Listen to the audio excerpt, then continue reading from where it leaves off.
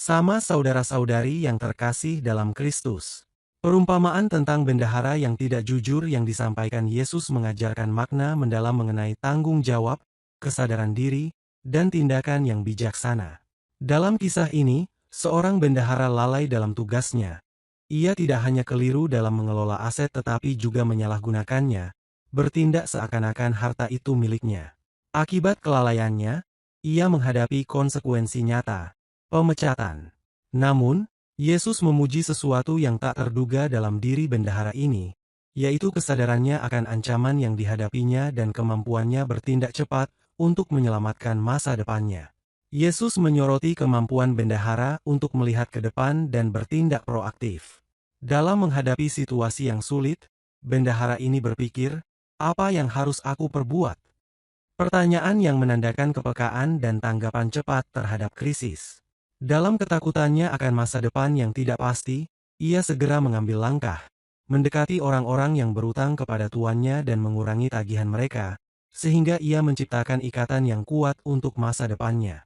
Meskipun cara ini tidak sepenuhnya benar, hal itu menunjukkan kecerdikan dan visi yang ia miliki untuk memastikan kelangsungan hidupnya. Apa yang sebenarnya Yesus ingin para murid pahami dari kisah ini? Bahwa memahami masa depan dan memiliki visi saja tidak cukup. Kita juga perlu bertindak dalam kehidupan sekarang untuk mewujudkan visi tersebut. Bendahara itu memiliki visi yang jelas, mempertahankan kehidupannya dan mencapai tujuan yang dia anggap penting. Visi itu mendorongnya untuk mengambil langkah-langkah yang konkret, bahkan dalam keadaan sulit.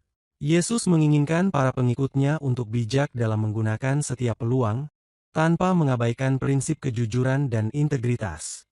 Bendahara yang tidak jujur ini memberikan contoh berharga tentang arti kesadaran yang penuh atas situasi dan visi hidup yang memacu tindakan nyata. Hidup yang dilandasi visi tanpa aksi hanyalah sebatas angan-angan, sementara aksi tanpa arah hanya akan mengarah pada kekosongan. Kisah ini mengingatkan kita untuk bertindak bukan hanya demi keuntungan sesaat, tetapi dengan pandangan masa depan yang jelas. Pada masa kini, kita juga diingatkan bahwa dalam pekerjaan, hubungan, atau tanggung jawab apapun, kita adalah pengelola, bukan pemilik. Setiap tugas menuntut kita untuk mengambil tindakan yang bijaksana dan bertanggung jawab dengan perspektif yang melampaui kepentingan sesaat. Perumpamaan ini mengajak kita untuk menjadi pribadi yang tidak hanya menilai segala hal dari nilai material atau kepentingan pribadi, tetapi juga dari nilai keabadian dan dampaknya bagi orang lain. Dengan menggabungkan visi dan aksi dalam hidup, kita tidak hanya menjawab kebutuhan saat ini tetapi juga membangun masa depan yang bermakna dan bertanggung jawab di hadapan Tuhan dan sesama.